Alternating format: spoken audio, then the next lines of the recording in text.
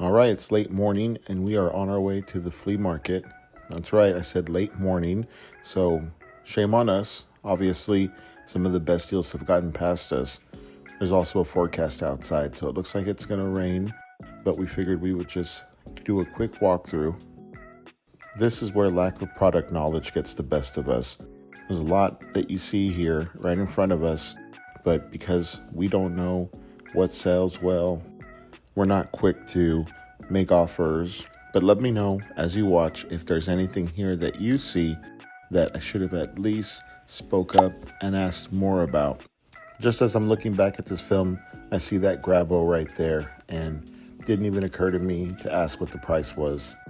We walked up to these boxes. I think the sign said like $3 and we started going through them. And it's funny because we spent a considerable amount of time there. By that, I mean maybe 10 minutes. The problem, though, is that when it was all said and done with, we walked over to buy the items we had picked out. And he started naming off the prices per item that we had available. So we were just like, well, okay, wait, why did the sign there say $3? And his response was, oh, well, I mean, the stuff starts at $3. So I guess in the future, let's double check before we start investing some of our time because, again, we found some fairly decent items. One thing I wish I would go back and buy are those paddles. Those sets run for a little bit more than about $15 each, and if he would have sold them to us for about $4 or $5, I may have picked them up. But as we become more accustomed to reselling and sourcing at different places, hopefully we can start building relationships such as understanding the process. For example, this video was shot roughly 2 months ago. However, what's changed since the initial video is when the person told us that it was $3 per item, or if he was starting to make suggestions on each item, what I could have done was ask for a bulk price and countered or negotiated.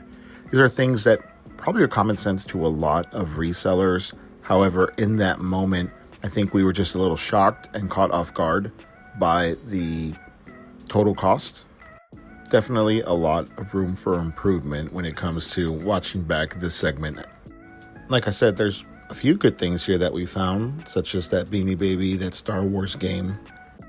Now we segue here to where the seller had a lot of different cards in mags. As you can see right off the bat, these are a lot of 90s junk wax.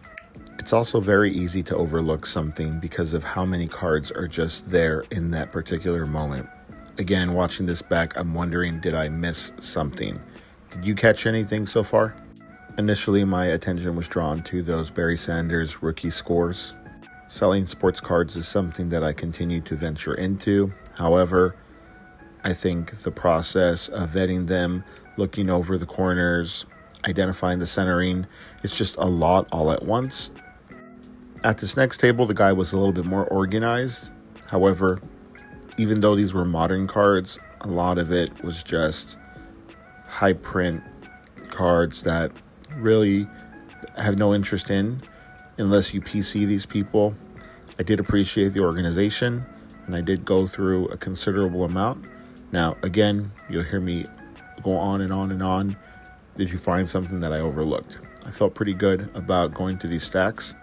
Some of these do say rookies. However, they're not Prism rookies. They're different types like Contenders and Panini Chronicles rookies.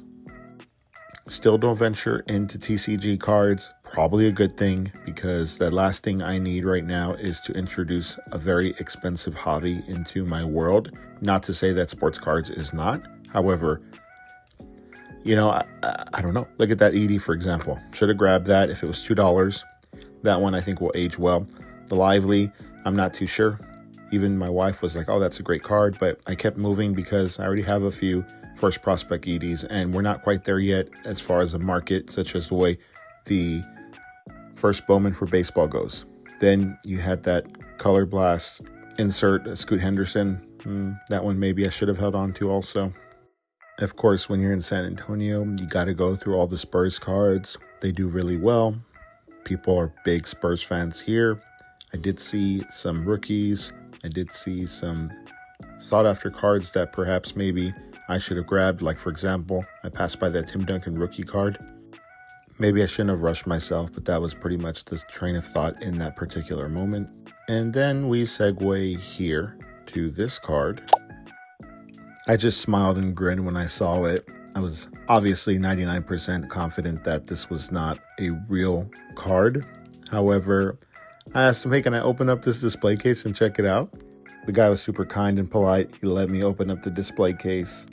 I have never seen a replica 85 Jordan in person. Well, truth be told, I've never seen an 85 Jordan at all. There are two of them right there at $5 a piece. I was just wanting to examine them and figure out how well the quality was. I even called the guy out real quick, asking him how he got them. He said they belonged to his friend. Moving on, we found this vendor who had a lot of hats. We were going through them. Immediately, my wife found this Barstool hat. I was super hyped because Barstool products are super relevant right now. The best thing about this is the guy only wanted $3 for it. We definitely picked it up, and it actually sold pretty quickly in our store for about $30. Super simple to get tunnel vision in that moment where I'm thinking, did I get the best thing there? Should we have stuck around a little bit longer and looked further? Yes, yes, and yes. It was starting to get more forecast, so we wanted to hurry and at least scope out everything that was there. Some people are real good at going to flea markets and sourcing car parts and tools. That's not something that I've mastered yet, so we moved on from that. But I wonder if there were some big products that I just walked past.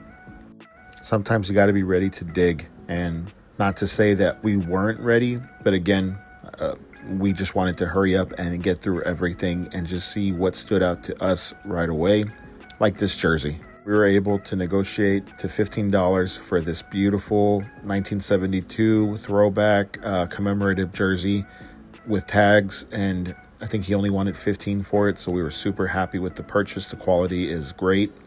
My wife kind of fell in love with it, as she does with some products that we get, and she even was like, hey, is this one mine? And I was just like, well, no.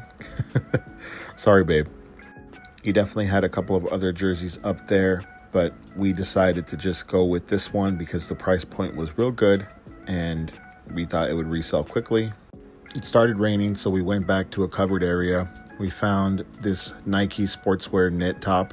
Super nice, no tags, but looks brand new.